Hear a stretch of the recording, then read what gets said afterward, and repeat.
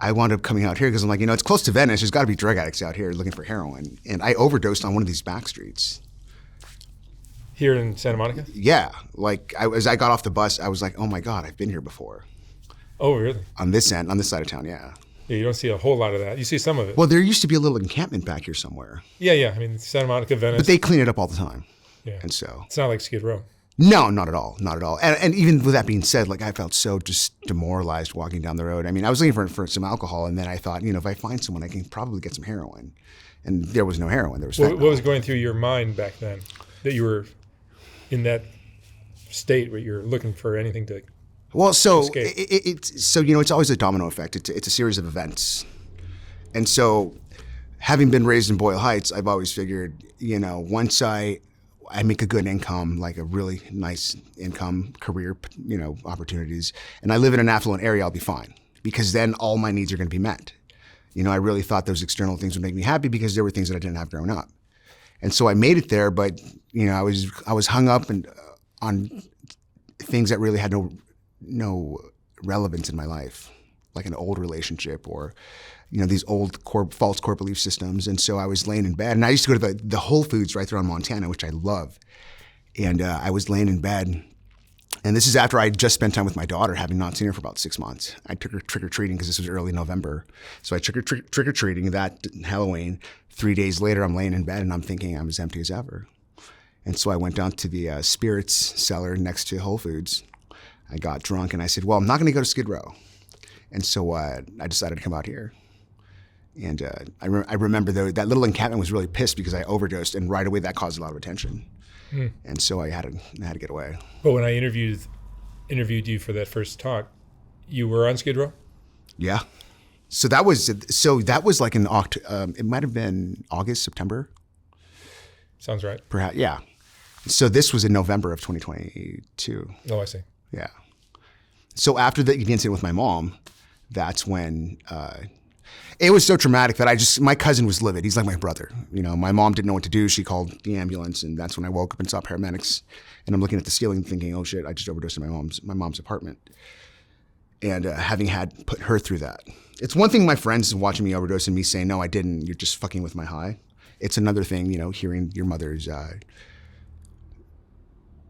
torment.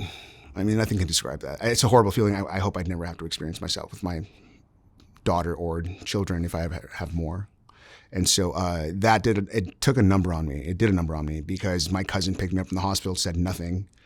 And I left this phone there. And I had just bought this phone, and so my family knows I lose everything. And so he's like, I'm keeping your phone. Don't go back to your mother's house and grab your clothes from here. And so I went straight to Skid Row, and I never left.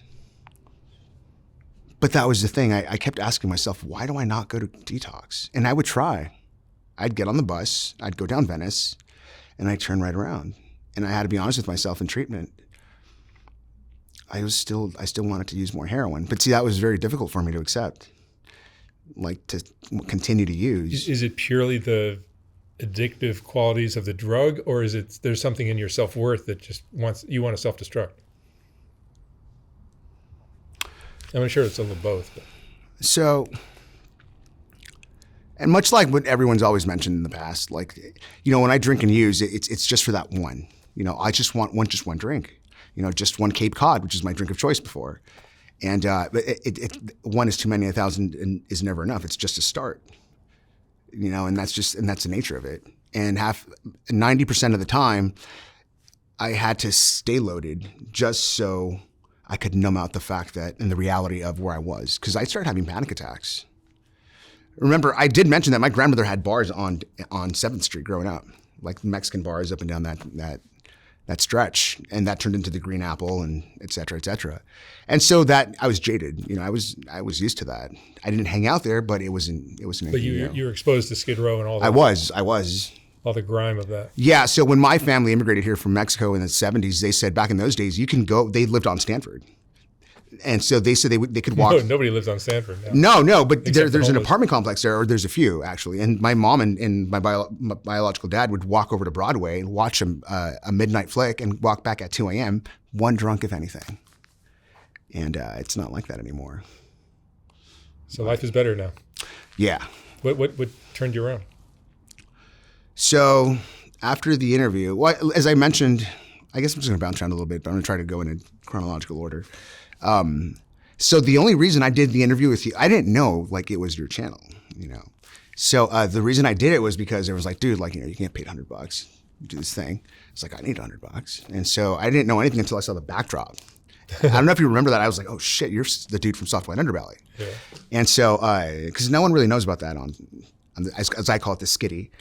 And so, like viewers would think like everybody on Skid Row knows. No, not at all. Very few people know. Not at all. All it is this guy, you know, he likes getting people's interviews, if you so want to or whatever. But even then, like those guys are. Look, I'm not one to say like people are like cruel, but those are nasty people, and so like just getting to the door was extremely difficult. And so I'd postpone. I just said it, you know, I put it off. But I would meet people now and then, because remember, I would go off to 8th Street, like 8th in town. It's funny because my friend was like, you know, you lived in Skid Row, but you say you stood away from there. I just didn't want to be a part of the drama. Yeah. So if you're over 8th Street, you're kind of removed from it. 2 blocks over. Yeah. Or 1 block over. So I would actually hang out around where that building is, but over on town around the corner until like the new property manager would just like kick us all out. And so I would just hang out there, and every now and then I'd find someone that was relatively, you know, coherent, wasn't batshit crazy, or a really bad person. And so we'd hang out and talk, and I guess they knew about this, and they're like, you know, you speak well. This guy would love to, you know. But I was like, I just put it aside. And then eventually I was like, you know what? I'll fuck it. I'll do it.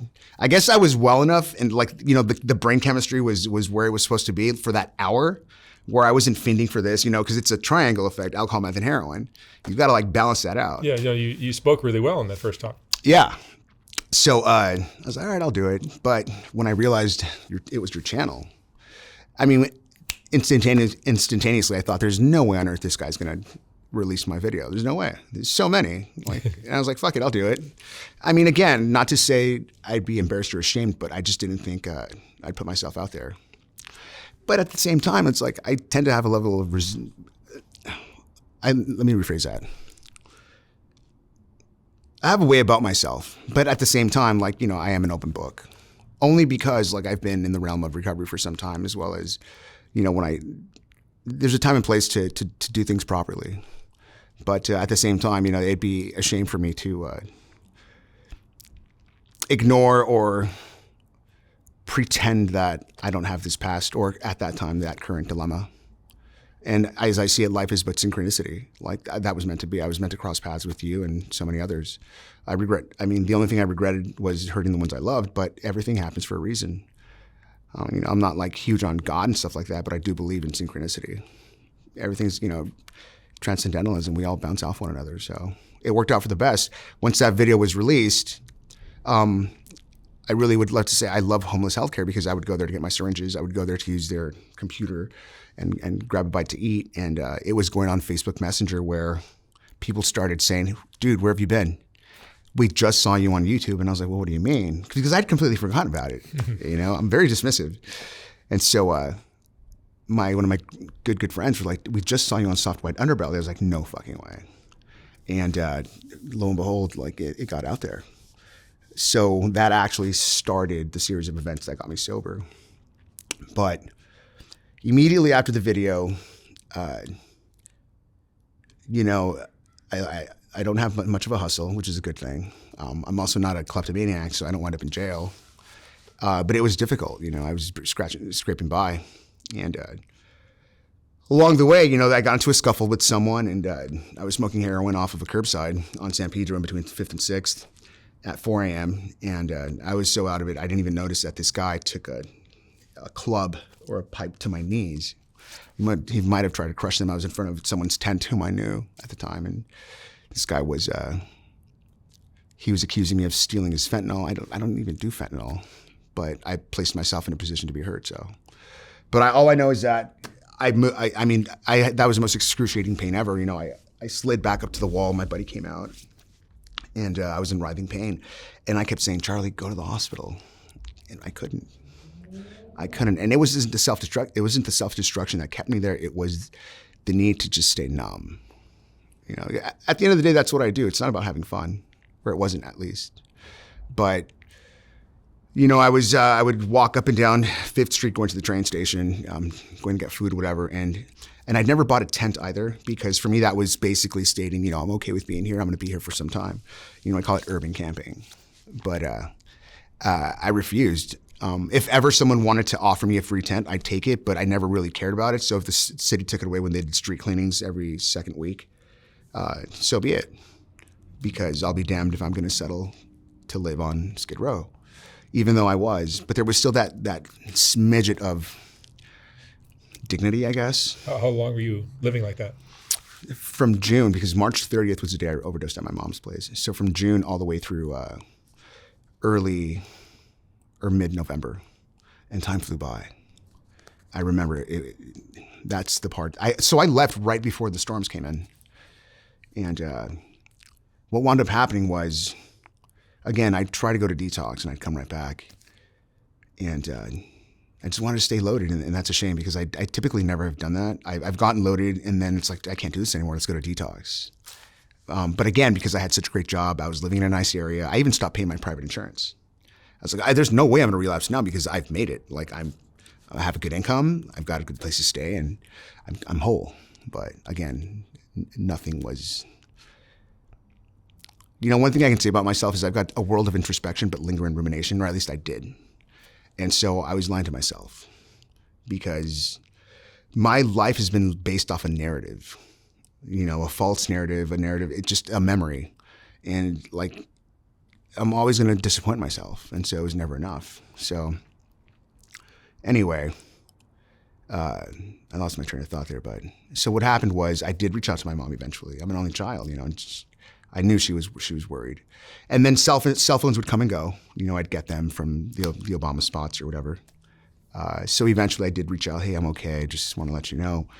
Now, my mom's been a crossing guard for the city of Los Angeles for 20 years. So she's typically she'd been in Chinatown. So she wasn't far away. And she tells me, I've been looking for you every single day on my break, driving up and down San Pedro. And that was heartbreaking. Of course, I didn't hang out there. I kept myself away. And so, of course, she wouldn't see me, but, she just hoped she would. And what happened was I started getting hungry, and a friend of mine actually got housing. He was on Skid Row due to a loss of job, and he just went through his money. So he's one of the very few people, I will say, that are down there because of economic issues and hardships. He wasn't a drug addict. So he would actually come out here to St. Vincent's to have his mail sent here and stuff like that. So he left me a tent. And so I had a tent at that point. And I called my mother and said, I'm really hungry. Can we go to McDonald's down on Olympic? And she's like, yeah, where do I pick you up? And when I said these words, it just crushed me. I said, I'm out in front of my tent on 8th and Town. And she said, I'll be right there. So I'm standing there, and here comes my mom in her Acura, just, the classy lady. And, but so happy to see me. And so I jump in the car, we go to get some McDonald's. And so now, we were reunited, but at the same time, I need money. And mind you, I was making some really good money. I was taking my mom out. I brought her here to the convention center here in Santa Monica for the, and I don't know if you remember the Princess Diana virtual exhibit. My mom loved her. This was 2 years ago. I gave her that as a birthday gift in August of 22. And so she's picking her only son up on Skid Row. And so we would do that every couple of days. But sometimes I really needed a drink. And so we'd go have breakfast, and I'd say, can I have $5? I would try to just get $5 from my mom just to go get some alcohol. And that was rough. But what was even worse was her having to drop me off with a smile on her face, ever so loving. I knew she was being very strong by not showing me her true emotions, but it crushed me, And then I think one night, my uncle, Joaquin, someone starts yelling my name, Charlie, like at 9 p.m., and I'm not well known out there. So I'm like, who the hell is yelling my name? You're going to call attention. And it's my uncle, and he's standing out in front of his truck. He just retired. And he's looking at me, and he can't believe it. My mom told him where I was. And I'm looking at my uncle, and I'm sure he's looking at the kid he's seen his entire life just living in front of a tent. And it was just crushing. So when the video came out, and that was those emotional, I don't even want to call them bottoms, but that emotional pain was too much to handle. Like no drug or drink could remove that. It wasn't even the environment. It wasn't the incessant thinking, it was the pain I was inflicting on my family. The shame? The shame, the guilt, the disappointment, and not to mention my daughter, whom I couldn't even say her name because it was too much pain. I wouldn't even talk about her. My mom would mention her, I'd be like, please don't, just don't. And she's like, why? I said, because it hurts too much. So eventually my buddies started calling me on Messenger, and I'm at homeless healthcare, and do you want to get sober? I said, yes, please come get me. Because I couldn't do it for myself. And that would really upset me. Why couldn't I just get up off this curbside and just go get sober? And it's because I really didn't want to. For once I was actually getting loaded because I wanted to. Or maybe I was in the crux of it. I don't know. I was stuck. Because you've been on that side, now you're clearly not doing that anymore. What insights can you share that can help us understand what somebody, because I interview these people all the time who will sit in the chair and say, yeah, I just want to get better. I just want to get clean. I just want to get back with my kids. I just want all this stuff. But then after the interview, this happened yesterday. I said, I've got a rehab for you. I can have them pick you up in half an hour. Yeah. And he goes, he won't even talk to them. Had them on the phone, and they're saying his name, so trying to start a conversation. He goes, I'm not going to talk to him. And then I gave him another option that to at least get him housing. He goes, no, I'm good. He just wants to run back to the street. So, I was asked the same thing when I was at Homeless Healthcare, because my buddy Chase that was working there was actually the sober living manager where I was prior. And he transitioned, started working there, and he'd be like, bro, just give me a call, I got you. Okay. That's okay. I'll give you a ring, but I got to go.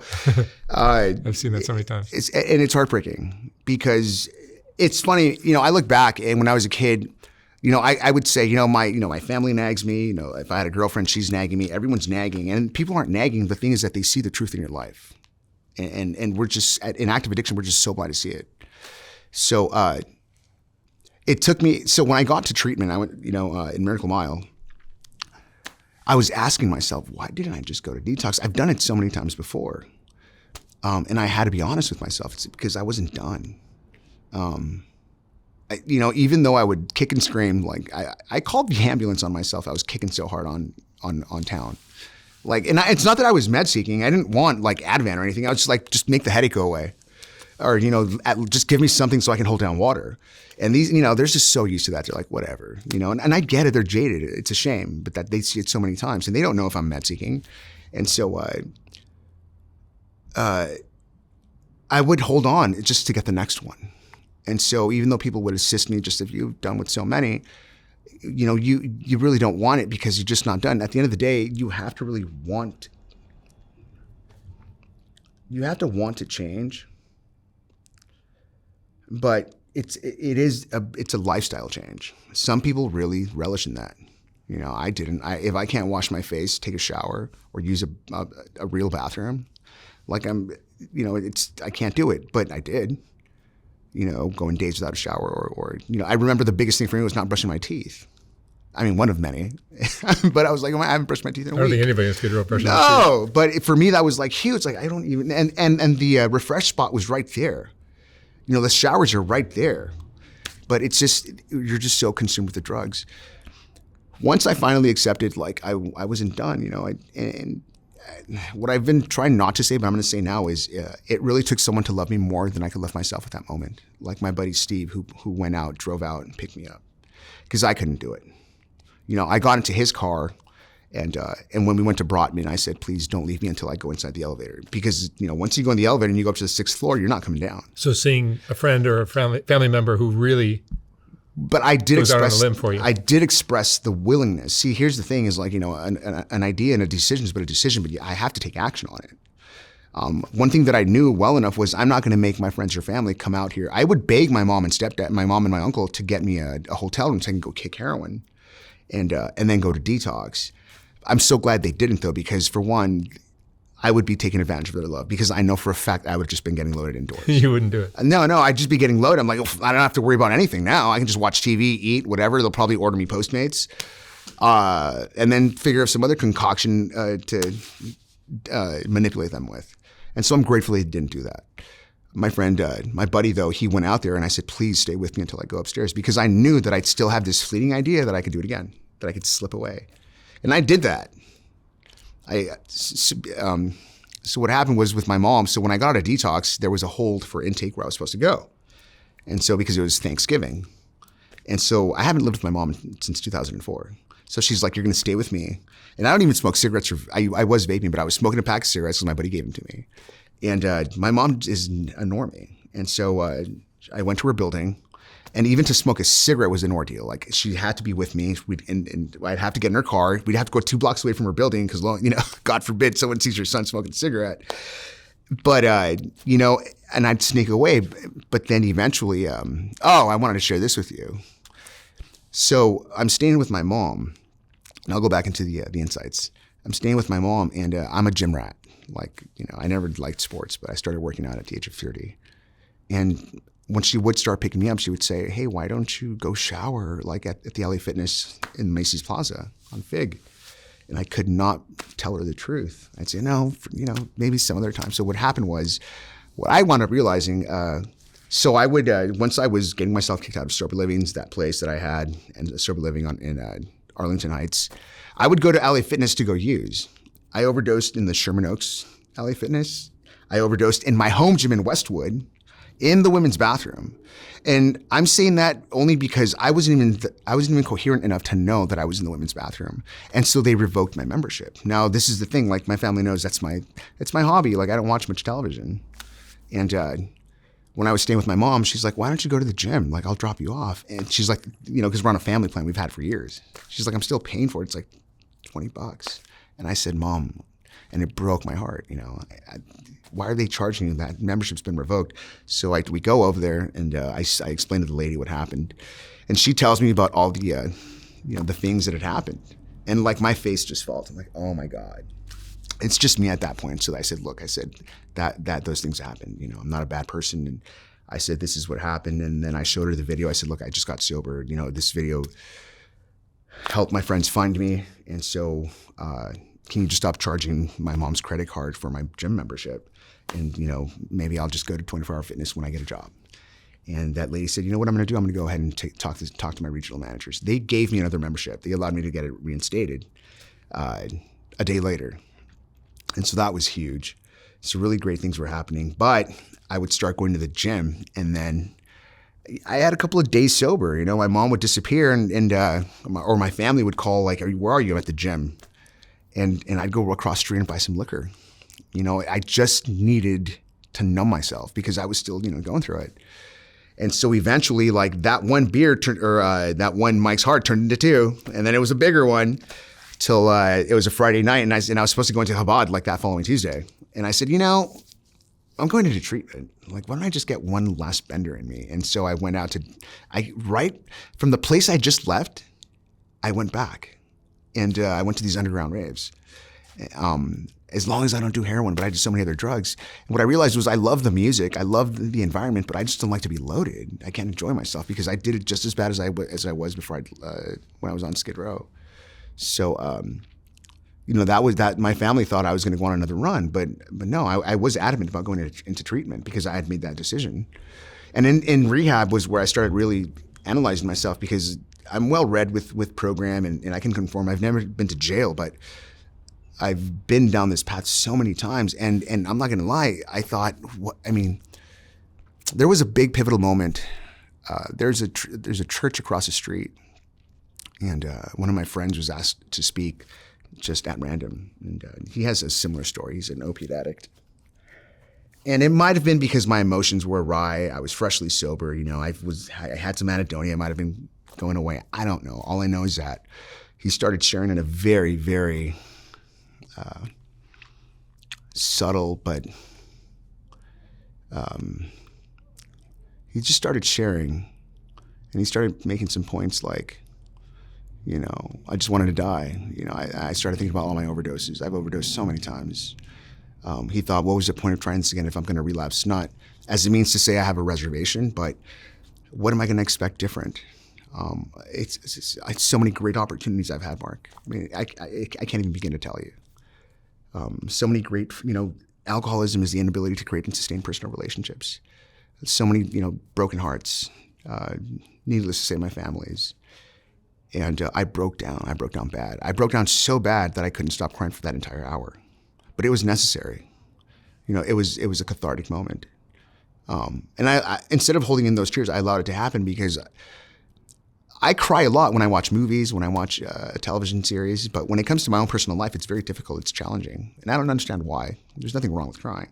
But at that moment, I let it all out because I needed to. It's time that I allowed myself to feel the pain that I've caused myself. Like, no one's done this to me. And with that, I started looking at why I decided to finally pick up when I was in Santa Monica. And I've never thought I was a person that put the blame game on people, places, and things, but I have. And the biggest pill to swallow was that I've been playing the victim. And to me, being a victim is a refusal to take on personal responsibility or being an adult responsibility. And so, full disclosure, my issues have been, I'm not attractive. No woman's going to want me. I'm bound to make minimum wage for the rest of my life. I'm gonna always have a roommate for the rest of my life, or I'm never gonna have a family. I'm not gonna amount to anything. I'm just gonna disappoint people. And this is aside drinking and using. These are just these things that when I share with people, are like, no fucking way. Like, there's no way you think that way. Like, unfortunately, I did. This is just your low self-worth? My low self-worth. I mean, but the thing about self-worth is that it's ebbs and flows because, as my therapist pointed out, I do have high sense of self-worth. Otherwise, I wouldn't put so much time and effort into a healthy lifestyle when I'm sober, into physical training, cardio, into, sharing my core value, which is kindness. That's the way I was raised. Like, I do, but then there's moments where it just dips. And I'm not bipolar by any means. I just call it pizzazz. That's what I was going to ask next. No, I don't think I am. I have a lot of energy, but and I'm in no way, shape, or form blaming anything on my past. I've had a not so ideal childhood. However, I think those things did add to the moments of low self-worth. But I take it to the next level. I can have a great girlfriend and then the next day be like, no one's gonna love me, or we break up and no one else is gonna love me, or have these friendships, I've never had a brother, have this camaraderie with my boys, and then think to myself, I have no value to share with them. But I do. I really do. But I fall into this frame of thinking, and at the end of the day, I'm just playing the victim. If I'm making $3,000 a month starting, and my coworker's making $5,000, but he's been there for 6 months, I'm already thinking I'm bound to make nothing. I mean nothing. Instead of just being a worker amongst workers and working my way up, showing my value and my worth. I immediately go to catastrophizing, but it just gives me a reason to fall into depression. And as far as I knew for years it's my depression that gets me loaded. But it's not my depression, it's my inability to see the truth or my lack thereof. Because everyone has the world at their fingertips. Anyone can do anything. It's just, do you want to or not? And I've always had great starts. But it's the consistency. But I always wind up walking around with a freaking measuring stick. And that's the thing, is I'm always measuring up. Why didn't I go to college? Or, why blah, blah, blah, blah, blah. Things that really just don't matter. Going back to the thing I was talking about, the narrative. Someone said, create a new narrative. No, I don't need to create any narrative. I need to just be me. Another reason why being in treatment went so well for me was because I always thought I had no self-worth. I thought I wasn't likable. I thought I had no positive benefit in people's lives. But the love and support I've gotten I have so many friends nationwide. I was asked to move to Washington, Puerto Rico, 2 people in Texas. As of late, a buddy of mine in Spain, in Barcelona. Good friends of mine, that see something in me that I refused to acknowledge or refused. But it's there, it's me. And so I can't deny that. Like, I can't sit on the pity potty. Life is beautiful. It always has. So I got in contact with my daughter, obviously, when I was in treatment. And my child's mother's, bless her heart, her and her husband are awesome. I said, hey, I'd like to speak with Iris. And she's like, just hold off, just focus on you. And she's just worried I'm going to make false promises and break my daughter's heart. So my daughter is amazing. So, we're talking on the phone, and now when I finish our conversations, she's short of being 13. I say, Pumpkin, is there anything you'd like to discuss before we hang up this phone call? Anything you'd like to discuss at all, you can ask me anything. And she said, actually, I would, Daddy. I said, what's that? She's like, can I ask you why you've always felt empty? And she said, no, I don't know is not an acceptable answer.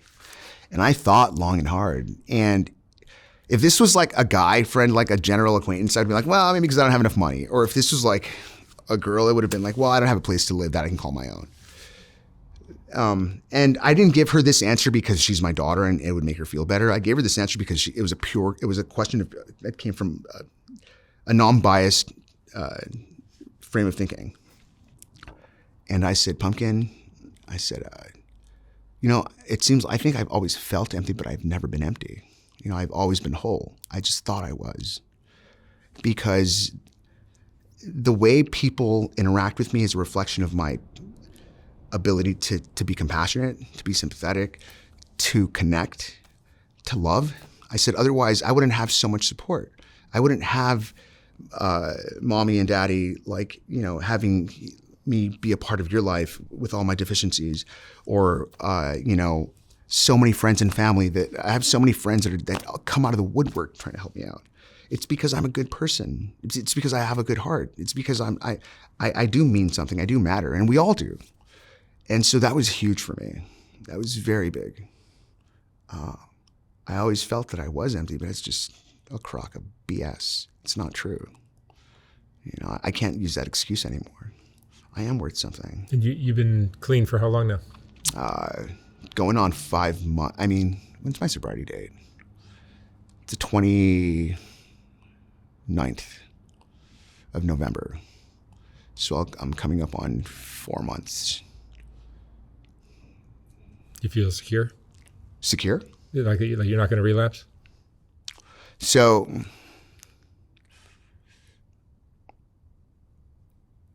I don't think about relapsing. I don't think about picking up. I really don't focus on that, only because I've said, I'm never gonna get loaded, and I start projecting. I just don't want to project. I just worry on the day as it goes. If ever my thoughts start going into, victimhood or inadequacy, I sit and I really think about it. At a certain point, it just becomes like either you want to stay sober or not. And it's challenging. It's not easy. But once I've made that firm decision to follow through with my word, it's like I have to follow through with it. Have I had euphoric recall every now and then? It happens. How can it not? I've programmed my brain to feel a certain way. And at some point it does knock on the door and say, hey, what's going on? We want to feel this again. But I can't go down that path. Not only that though, but I really want to see what I'm capable of. I want to achieve the full version of who I'm meant to be. I can't, when I'm loaded, I'm a miserable mess. I'm just depressed. I can't even talk to people. I just want to sit, drink, and listen to my headphones and listen to music. Trying to relive my youth when I was younger in the underground punk rock scene of Los Angeles, which was when I was in my late teens into early 20s. That's when getting loaded was fun, but it's not like that anymore. And so really when I'm going through a moment of thinking I want to use, I really ask myself, what is this telling me? What's going on with me? Because clearly I want to run away from something. Do I feel like picking up today? No. I definitely will never stick a needle in my arm. I can't run that risk. Some people die right away. I don't think I will. I think if I were to get loaded, I'd have to suffer an alcoholic life, a drug addict life. Were there addicts in your family? So my biological father is, I understand, alcohol and powdered cocaine addict. I don't know what his deal is now. We've been estranged most of my life. I know his brother, my uncle Victor, he died of cirrhosis of the liver. So it could be something genetic. I mean, there's a there definitely, I would say, is a genetic component to it. But I don't think that's the definitive reason as to why I'm an alcoholic and addict. I think it was just the perfect storm. But also, I have to say, as a kid, like, I loved reading my Encyclopedia Britannica. For me, DARE was awesome. Like, I wanted to know more about these drugs they were talking about. I can set aside the whole, like, just say no, or this is what this does. I was like, Euphoria, tell me more. Or LSD, tell me more. I had this fascination, which is really strange to say, with drugs and alcohol growing up. It was really weird. And then Kurt Cobain being like my idol growing up as a kid, like, I thought for sure I'd do heroin, but it took a long time for me to do heroin. I was too curious. But at the same time, given the environment, and I was a latchkey kid, so my mom raised me over the phone while she was at work. Did a great job, by the way. I had adult responsibility at an early age. She raised me well in that regard, to be self-reliant and whatnot. But I think, lacking parental supervision and lacking a good, solid community really affected me. But it's not an excuse. But I think I really can't blame it on my environment, but I'm sure it had a lot to do with it. But I've always been I don't want to say a mess, but I've always had emotional issues. There's nothing wrong with being an emotional individual. And one of the takeaways from this last run, and basically the sum of my life in act of drinking and using, is that I am an emotional being, but I cannot live life basing my decisions and actions off those emotions. It just doesn't work. That's not emotional maturity. When people ask me, well, what's going to be different this time, which is the worst thing you can ask someone, I think. Now I know the answer to that. It's emotional maturity. Like, I want to just I want to grow into a mature man and just continue to evolve. I've had so much experience with drugs, alcohol, and that lifestyle that I need to apply that experience with the knowledge that I have and utilize it, which in turn is wisdom. Because I know it's there. I've just refused to accept it and to portray it, because that means I have to grow up. But there's nothing wrong with that. What am I really trying to hold on to? Everything I do leads to heartache and then inevitable death if I don't stop, or if I don't, keep from. Charlie, what would you say is the most important lesson you've learned in all of this? Most important lesson.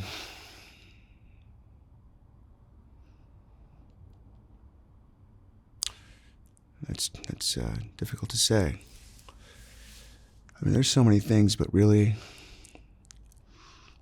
that life just is. Life is beautiful. I am grateful for everything I've experienced, every hardship, every difficulty, every moment that I thought would destroy me. Every overdose, you pick up something along the way. Seeing my mom and my uncle pick me up in front of Skid Row, or my friends reach out to me like, oh my God, it made me take into account that, I am not my own universe. I lived my life in my head.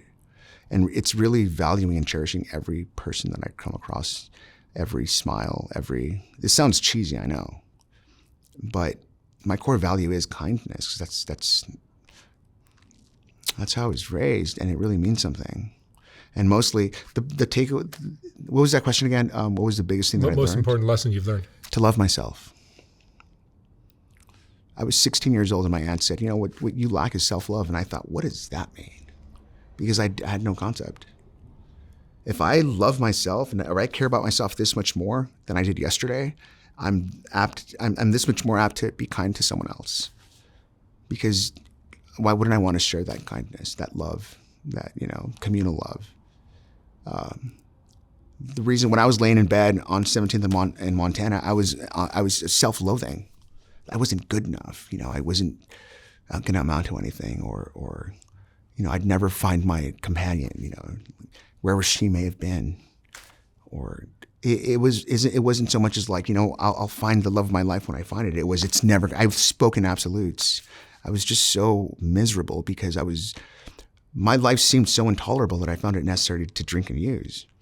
But when I have self-worth and I value myself and I love myself this much more, it makes my life that much more tolerable. To where drinking and using is inconceivable. And I learned that through my mentor.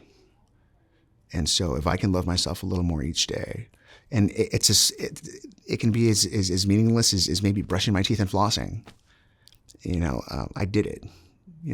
Those little small accomplishments do matter.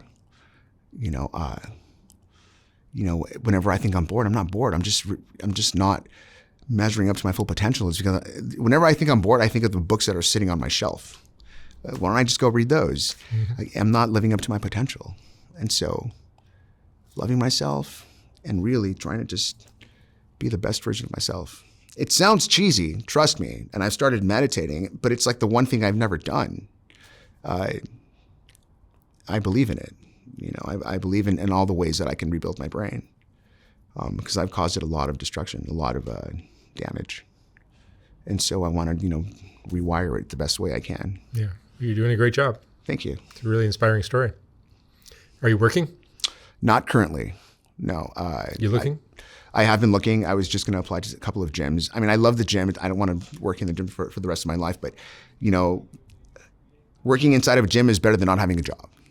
So anything I can get at this point would be great. I'm going to continue to do that until I land something, and then my full-time job is to get a job, and then we'll take it from there. I'm currently in sober living, and so I know I'm guaranteed about 3 months to stay there, and then I'll figure it out from then. Not to say that I'm going to wait and decide what's going to happen then. I do have to set small, immediate goals, midterm goals, long-term goals. I just got my license back, so that's great. That's huge for me. For me, having a license is the ability to see my daughter more often, to get from point A to point B quicker. And it's like my stepdad once said, a third-class car is better than a first-class walk. Well, it's just nice to see somebody who's actually done what's required. I think a lot of it does lie in gratitude, because if I was grateful for the hot water that I used to shower with this morning. I was grateful for the oatmeal that I had. I'm training a buddy in the gym at 5:30 in the morning over in Miracle Mile. I'm grateful for all these small things. I'm grateful for this opportunity. Otherwise, I've done great. Let's just say I did all this, but I was just, I had a hair up my butt, or I was just in a bad place. It would be meaningless, and my day would be terrible. But it's having a lot of gratitude, because at the end of the day, the universe has me sucking air, and so it's a good day. That's the reality. Yeah. To me, anyway. Excellent. All right, Charlie, thank you so much. Awesome, thank you. Really proud of you.